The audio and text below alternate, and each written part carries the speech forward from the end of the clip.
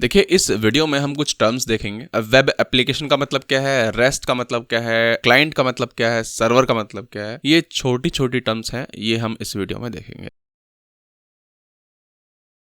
Web application का मतलब क्या है, कोई भी एप्लीकेशन जो कि इंटरनेट पे रन करती है वो है web application. What is the difference between web application and website? Website होती है स्टैटिक, ठीक है, उस पर जो कंटेंट होता है वो चेंज नहीं होता। वेब एप्लीकेशन क्या होता है, इंटरेक्टिव होती है। जैसे कि हमारा कोई ब्लॉगिंग वेबसाइट हो गई, ब्लॉगिंग वेबसाइट है, सिर्फ मैं ही चेंज कर रहा हूँ उसमें और कोई नहीं चेंज कर रहा और सब पढ़ रहे हैं। अगर इंटरेक्टिव वेबसाइट जैसे कि फेसबुक है, उसमें सब चेंज कर पा रहे हैं, तो वो क्या है, वेब एप्लीकेशन है। दूसरी टर्म है क्लाइंट सर्वर। क्लाइंट क्या होता है एंड सर्वर क्या होता है? जो रिक्वेस्ट करता है उसे हम बोलते हैं क्लाइंट, और जो कि रेस्पॉन्स प्रोवाइड करता है उस रिक्वेस्ट के कॉरस्पॉन्डिंग उसे हम बोलते हैं सर्वर। क्लाइंट की डेफिनेशन लिखी हुई है, system that initiates the communication over the network. सही बात है। Server system that receives the request, ठीक है, और फिर रेस्पॉन्स प्रोवाइड जो करता है वो होता है सर्वर। एग्जांपल जैसे कि मोबाइल ऐप, मेरा लैपटॉप, वेब बेस्ड कंसोल्स। अब जैसे कि मेरे पास एप्लीकेशन है इंस्टाग्राम, मैं उसे यूज कर रहा हूं तो वो क्या है, क्लाइंट है। रिक्वेस्ट कहां जा रही है, क्योंकि वो रिक्वेस्ट भेज रहा है, इसका मतलब क्या है, मोबाइल ऐप क्लाइंट है। रिक्वेस्ट जा कहां रही है, जहां जा रही है उसे हम बोलते हैं सर्वर। सिंपल सी बात है, कोई नई बात नहीं। A web server can also act as a client when requesting information. Simple सी बात है, कोई सर्वर है मेरा, ठीक है, कोई मशीन है, अभी वो रेस्पॉन्स भेज रही है किसी को, तो हम कह रहे हैं भाई वो क्या है, वो सर्वर है। ठीक है, मैं हूं, मान लीजिए मैं हूं, एक मशीन से कुछ रिक्वेस्ट कर रहा हूं, मैं क्लाइंट हूं इस समय, वो मशीन सर्वर है। हो सकता है वो मशीन जो है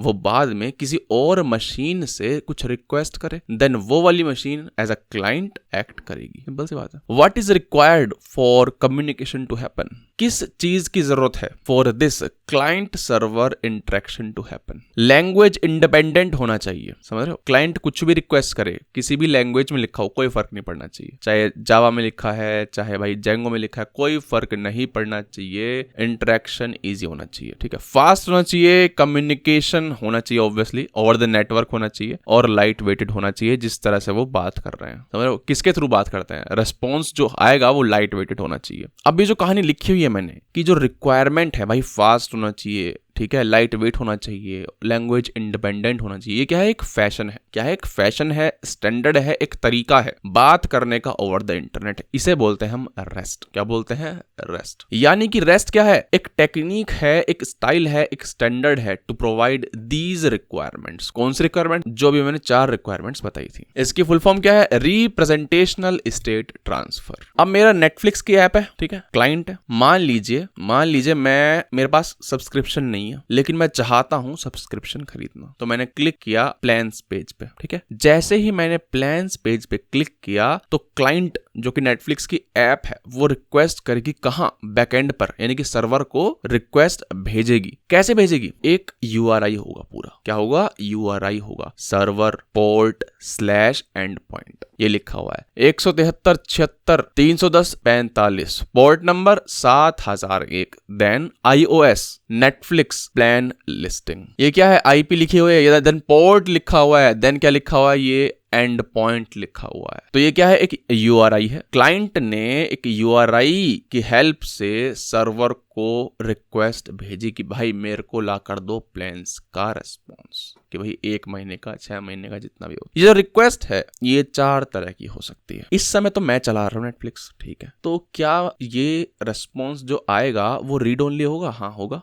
वो यूजर्स को रीड ओनली में तो दिखाएंगे डेटा कि हाँ भाई ये देखो, ये टाइप्स हैं, ये है 100 रुपए का, ये है 200 रुपए का। ऐसे क्या मैं चेंज कर सकता हूँ? नहीं, चेंज नहीं कर सकता मैं। अच्छा, कल को नेटफ्लिक्स की प्रोडक्ट टीम आई, उनको कहना भाई 100 रुपए का जो प्लान है ना, उसको मेरे को करना है 103 रुपए का, तो क्या सेम रिक्वेस्ट वो हिट करेंगे? नहीं, कुछ तो डिफरेंट होगा। तो इसे लिखा है this request can be of 4 types. Same request ना, सेम रिक्वेस्ट। तो 4 टाइप्स की रिक्वेस्ट होती है, create, read, update and delete, post, get, put and delete. क्या मतलब है इनका बताता हूं। यानी कि जो यूआरआई है ना, ये अधूरी है। सिर्फ इस यूआरआई से अपना काम नहीं चलने वाला, हमें एक HTTP वर्ब भी चाहिए, गेट, पुट, पोस्ट या फिर डिलीट। अगर मैं क्लाइंट, सिंपल यूजर इसको हिट करेगा तो नेटफ्लिक्स उसको सिर्फ गेट ही अलाउ करेगा, यानी कि ऐप जो है, ऐप में सिर्फ गेट की कॉल जाएगी इस यूआरआई पे। लेकिन अगर वो प्रोडक्ट टीम हिट कर रही है तो नेटफ्लिक्स की ऐप उनकी आगे डिफरेंट होगी, या फिर उनका कोई डैशबोर्ड होगा जिसमें ये सेम एपीआई हिट हो रही होगी, किससे, पोस्ट से, पुट से एंड डिलीट से। अगर कोई प्लान डिलीट करना है तो डिलीट चल जाएगा उनका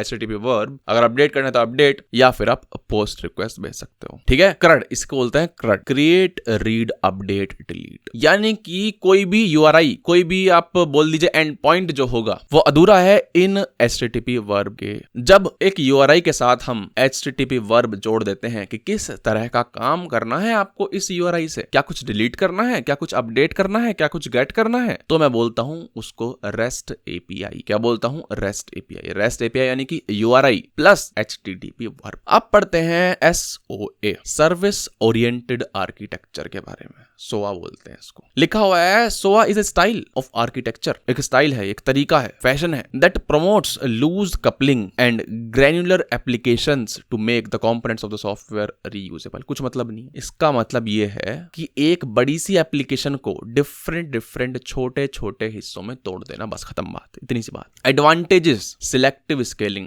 मान लीजिए मेरे पास मोनोलिथिक एप्लीकेशन है, ठीक है भाई, यानी कि सारी चीजें एक ही जार के अंदर है, वही डिप्लॉय कर रखी है, ठीक है। क्या मैं मोनोलिथिक को स्केल कर सकता हूँ? हाँ कर सकता हूँ, रिडंडेंसी के थ्रू कर सकते हैं, अच्छा कोई दिक्कत नहीं है। लेकिन मान लीजिए मेरी मोनोलिथिक एप्लीकेशन है, उसमें इस समय कितनी है, 1500 APIs है, लेकिन मोस्ट यूज्ड API सिर्फ एक है। तो क्या मैं उन 1500 की API जो है मेरी, सबको रिडंडेंट करूंगा? मान लीजिए एक ही जार है मेरे पास इस समय, एक ही मशीन है, और मेरे को रिडंडेंसी चाहिए, तो सेम जार मेरे को 4 सिस्टम पे डिप्लॉय करनी पड़ेगी, लेकिन सबसे ज्यादा यूज जो हो रही है वो एक ही API हो रही है। तो ये तो रिसोर्स की वेस्टेज है, समझ रहे हो? इसीलिए मैं कह रहा हूं SOA में सिलेक्टिव स्केलिंग कर सकते हैं, क्योंकि अब मैंने वो एक API जो है, जो कि मोस्टली यूज्ड है, वो मैंने अलग ही उसकी जार बना दी है, तो मैं उसको ही स्केल कर दूंगा ना।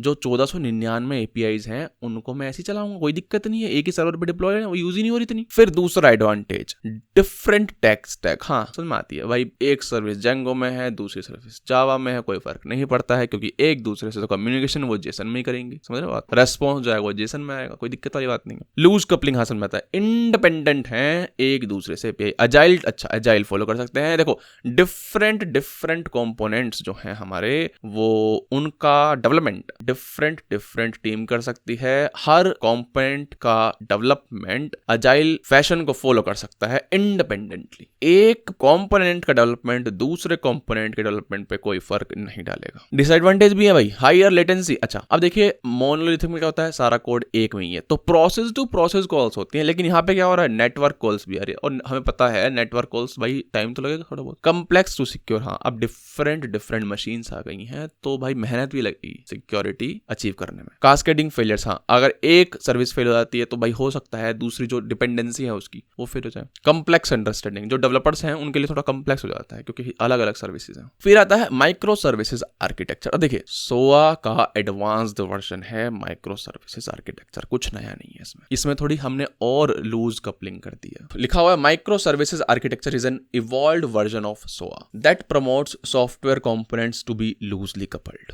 It is the most granulated type of architecture design and each service is completely independent of other. लिखा हुआ है भाई उसमें SOA में तो थोड़ी बहुत डिपेंडेंसी होती थी, लेकिन माइक्रो सर्विसेज में मैंने बोल दिया कि भाई देखो हर एक सर्विस इंडिपेंडेंट होगी दूसरी सर्विस के। SOA में क्या, अगर मान लो 10 सर्विस है तो मैं कह सकता हूँ भाई 2 सर्विस ऐसे करके मैंने 5 पे डिप्लॉय कर दिया, ठीक है। लेकिन माइक्रो सर्विस कहता है कि भाई देखो 10 सर्विस है तो 10 ही जार बनेंगी, अलग अलग डिप्लॉय होंगी। लिखा हुआ है भाई SOA और माइक्रो सर्विस में डिफरेंस क्या है, मैंने बता दिया कि माइक्रो सर्विस और ज्यादा क्या कर रहा है, लूज कपलिंग कर रहा है। SOA can share data storage. अच्छा बोल रहा है SOA में क्या होता है कि देखो 2 सर्विस है, 2 सर्विस मान लीजिए, 2 सर्विस सेम डेटाबेस को शेयर कर सकती हैं, लेकिन माइक्रो सर्विस में ऐसा नहीं है, हर एक सर्विस का अलग डेटा स्टोरेज होगा। SOA लेस स्केलेबल है, पता है। माइक्रो सर्विस हाईली स्केलेबल, पता है क्यों? क्योंकि भाई माइक्रो सर्विस जो है हाईली इंडिपेंडेंट है एक दूसरे से, तो इसीलिए तो हाईली स्केलेबल है। वही बताया मैंने अभी, जैसे मोनोलिथिक में एक API थी सबसे ज्यादा यूज हो रही थी, लेकिन ऐसा भी तो हो सकता है अब 1499 है, उसमें भी तो थोड़ी बहुत ऊपर नीचे हो सकती है, उसमें ऐसी कुछ API ऐसी हो सकती हैं जो कि ज्यादा यूज हो रही हो दूसरों कंपैरिजन में, तो ज्यादा यूज हो रही हैं उनको फिर अलग कर देंगे माइक्रो सर्विस आर्किटेक्चर में, SOA में नहीं कर पाएंगे, समझ रहे हो ऐसे। लेकिन माइक्रो सर्विस तो यही बोलता है उन सारी APIs को ही अलग अलग कर दो भाई, समझ रहे हो। तो वही लिखा हुआ है 4th पॉइंट में, more focus on decoupling, decouple ही कर दो सब। तीसरा पॉइंट क्या है, deployment is easy and less time time consuming. बोल रहा है भाई देखो माइक्रो सर्विसेज में क्या है, सारी सर्विसेज अलग अलग डिप्लॉय, यानी कि छोटा छोटा कोड होता है, तो छोटा छोटा कोड है तो ईजी तो होगा ही डिप्लॉयमेंट करना। समझ बात को, छोटी छोटी जार बनेंगी, साइज छोटा होगा और टाइम भी कम लगेगा। अब आता है टायर आर्किटेक्चर। बोल रहा है web application can be designed according to the n tier architecture. बोल रहा है कुछ नहीं है, देखो हम ना वेब एप्लीकेशन को एन टायर आर्किटेक्चर में बना सकते हैं, कोई दिक्कत वाली बात नहीं। अब ये है क्या, where tiers are different layers of architecture. बताता हूँ क्या मतलब है। टायर मतलब different layer of architecture. Tier is a logical separation between different components of application. Different components बोले तो देखो फ्रंट एंड होता है, क्या होता है, एक बैक एंड होता है, एंड होता है क्या,